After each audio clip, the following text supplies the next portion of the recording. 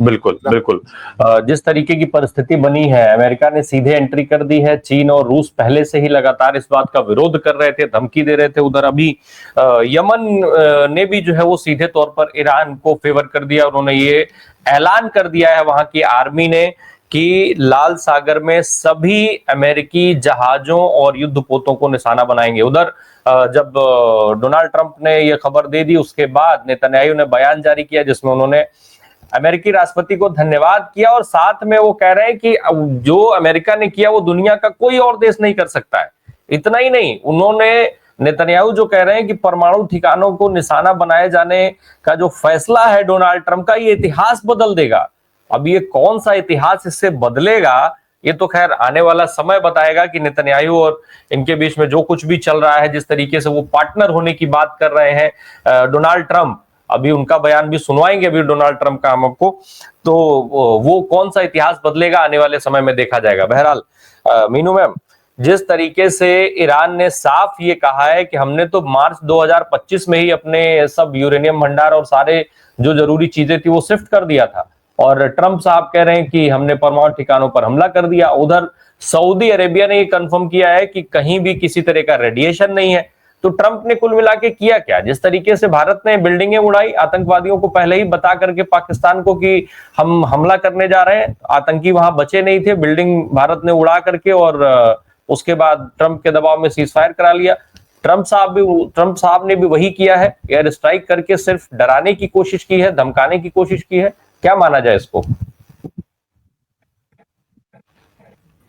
देखिए राम प्रकाश जी, खबरें तो ये भी आ रही है, पता नहीं झूठी है कि सच्ची है। आजकल सोशल मीडिया पे जल्दी से विश्वास नहीं किया जा सकता। वो कह रहे हैं कि जो बंकर बस्टर जो उनके जेट्स हैं, अमेरिका के जो विमान हैं, उनको एम्प्लॉय नहीं किया गया है। वो कोई और जहाज थे जिनसे कि उनके ऊपर हमला किया गया है। अगर बंकर बस्टर नहीं इस्तेमाल किए गए तो वो तो नीचे तक पहुंच भी नहीं पाएंगे। और अदरवाइज ऑल्सो ये कहा जाता है कि ईरान के जो जो न्यूक्लियर फैसिलिटीज है वो 300 फीट नीचे है जमीन के, और जो ये अमेरिका के जो बंकर बस्टर जेट्स है उनकी कैपेसिटी 200 फीट तक है।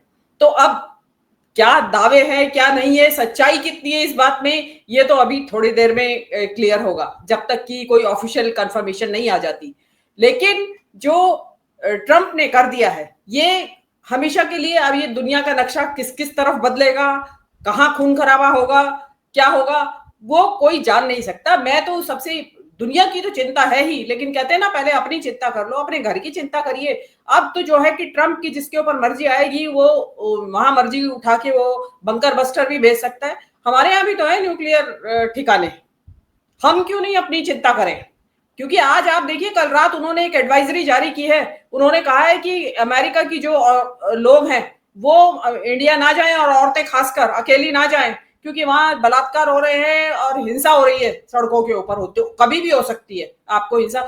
और उसको पूरा पढ़े, एंटायरिटी में पढ़े उस स्टेटमेंट को, उसमें यह भी लिखा है कि भारत में टेररिस्ट हमले हो सकते हैं कहीं पे भी, मॉल्स में, बाजारों में, सड़कों पे और ट्रैफिक में।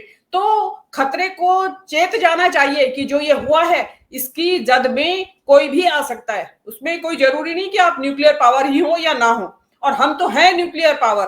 तो कल को अमेरिका जो चाहे जिसके ऊपर भी, आप ट्रंप की बात का विश्वास नहीं कर सकते। ये तीसरा मौका है जब धोखेबाजी हुई है, धोखेबाजी से हमले किए गए हैं। सबसे पहले जब इजराइल ने हमला किया तो उससे पहले वहां 5 दौर की बातचीत हो चुकी थी ईरान के साथ कि भाई आपको क्या करना है, क्या नहीं करना है। लेकिन उससे 6ठे दौर की बातचीत जो फाइनल थी, उसके होने से पहले ही इजराइल ने ईरान के ऊपर हमला कर दिया। अभी आप ये, उसके बाद ब्रिटेन, फ्रांस और ये जर्मनी के जो फॉरेन मिनिस्टर्स थे वो जेनेवा में मिल रहे थे, इनके फॉरेन मिनिस्टर से बातचीत चल रही थी।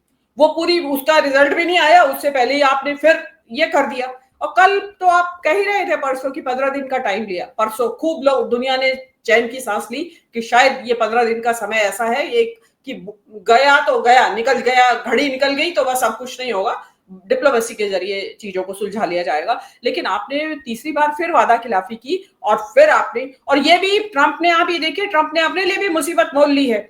उन्होंने कांग्रेस की, जो उनकी कांग्रेस वहां संसद को बोलते हैं, उनको नहीं अपनी, वहां उनको किसी भी इस तरीके के अटैक के लिए संसद की अनुमति लेना अपनी जरूरी है, और उन्होंने बिना अनुमति लिए ये अटैक करवा दिया है। वहां महाभियोग की बात चल रही है। वहां के जो सेनेटर्स हैं और हाउस ऑफ रिप्रेजेंटेटिव के जो मेंबर्स हैं, उन्होंने ये बात लिखना शुरू कर दिया है। आप जाके देखिए एक्स के ऊपर कि महाभियोग लगाया जाएगा। कैसे आपने बगैर परमिशन लिए, अनुमति लिए, और आपने कैसे यहाँ पे ये हमला कर दिया है। अब जो ट्रम्प साहब जो कह रहे हैं, अब अगेन वही वाली बात है कि जो कहते थे कि हम चुनाव जीत के आए और कहा कि भाई हम किसी के ऊपर हमला नहीं करेंगे, दुनिया की लड़ाइयां हम नहीं लड़ेंगे। लेकिन क्या हुआ? अल्टीमेटली आप लौट के बुद्धू घर को आए और आपकी वो जो नो वॉर पॉलिसी थी वो एक चुनावी जुमला साबित हुई। जुमले वहां भी चलते हैं, इसका मतलब चुनाव के। और इसका सबसे इंपॉर्टेंट इंपैक्ट आप ये देखिएगा कि वहां का जो मागा क्राउड है, मेक अमेरिका ग्रेट अगेन, उसको वो तो सबसे ज्यादा इस चीज के पक्ष में था कि हमें नहीं लड़नी है लड़ाई, अपने को ठीक करें, अपनी इकोनॉमी को ठीक करें, हम अपने को मजबूत बनाएं। अब आप फिर वहीं उसी दलदल में फंस रहे हैं और सबको फंसा रहे हैं। तीसरी बात, उनका रिएक्शन क्या होगा मागा क्राउड का, क्योंकि ऑलरेडी वहां पे नाराजगी शुरू हो गई है। और वहां पे अभी खबरें आ रही हैं कि जो न्यूयॉर्क का जो ट्यूब स्टेशन, जो अंडरग्राउंड हमारे मेट्रो जिसको बोलते हैं, उसमें वहां हमले हुए हैं कुछ। अब हमला करने वाले कौन लोग हैं, उनकी आइडेंटिटी मैं नहीं कह सकती हूँ, लेकिन कुछ पिक्चर्स, जो वीडियोस हैं, वो हमने देखे हैं। इसके अलावा एक जो ज्यूइश लॉबी का जो है वो प्रभाव, वो जो आपके ट्रम्प साहब है वो अपने ऊपर से खत्म नहीं कर पाए हैं। उनके ऊपर जो प्रभाव है जो वो बरकरार है। उन्होंने काफी दिन तक करते रहे कि आप लड़ो, हम नहीं लड़ेंगे, ये है वो है, लेकिन अल्टीमेटली जो लगता है कि ज्यूइश लॉबी का बहुत ज्यादा उसके ऊपर प्रभाव है। लेकिन एक चीज मैं कहूंगी कि जो बॉडी लैंग्वेज की बात जो होती है, आपने अगर ट्रम्प को एड्रेस करते हुए सुना हो, जो वो नेशन को एड्रेस कर रहे हैं इस हमले के बाद, इस स्ट्राइक के बाद, तो उसमें जेडी वांस खड़े हैं, उसमें मार्को रूबियो भी खड़े हैं, हेक्सेथ भी खड़े हैं। मतलब 3 लोग उनके जो इंपॉर्टेंट जो नेता हैं, वो रक्षा मंत्री, विदेश मंत्री और उपराष्ट्रपति। उसमें आप जेडी वांस के चेहरे की भाषा देखिए, ऐसा लगता है कि वो कंप्लीट डिसएग्रीमेंट में है जो भी हुआ है। उनके जो पेशानी पे बल जो होते हैं वो खत्म नहीं हुए हैं उस पूरे उसके दौरान। मार्को रूबियो तो गर्दन हिला रहे हैं, बट जेडी वांस नहीं हिला रहे हैं। तो प्रोबेबली कि अंदर भी कुछ फ्रिक्शन है जो कि अभी धीरे से सामने आएगा निकल के।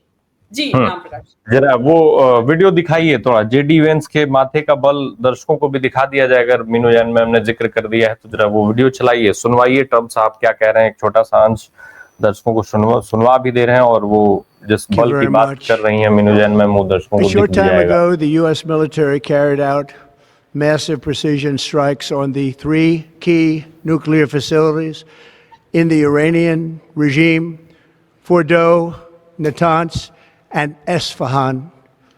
Everybody heard those names for years as they built this horribly destructive enterprise. Our objective was the destruction of Iran's nuclear enrichment capacity and a stop to the nuclear threat posed by the world's #1 state sponsor of terror. Tonight, I can report to the world that the strikes were a spectacular military success. Iran's key nuclear enrichment facilities have been completely and totally obliterated. Iran, the bully of the Middle East, must now make peace. If they do not, future attacks will be far greater and a lot easier. For 40 years, Iran has been saying death to America, death to Israel. They have been killing our people, blowing off their arms, blowing off their legs with roadside bombs. That was their specialty. We lost over 1,000 people.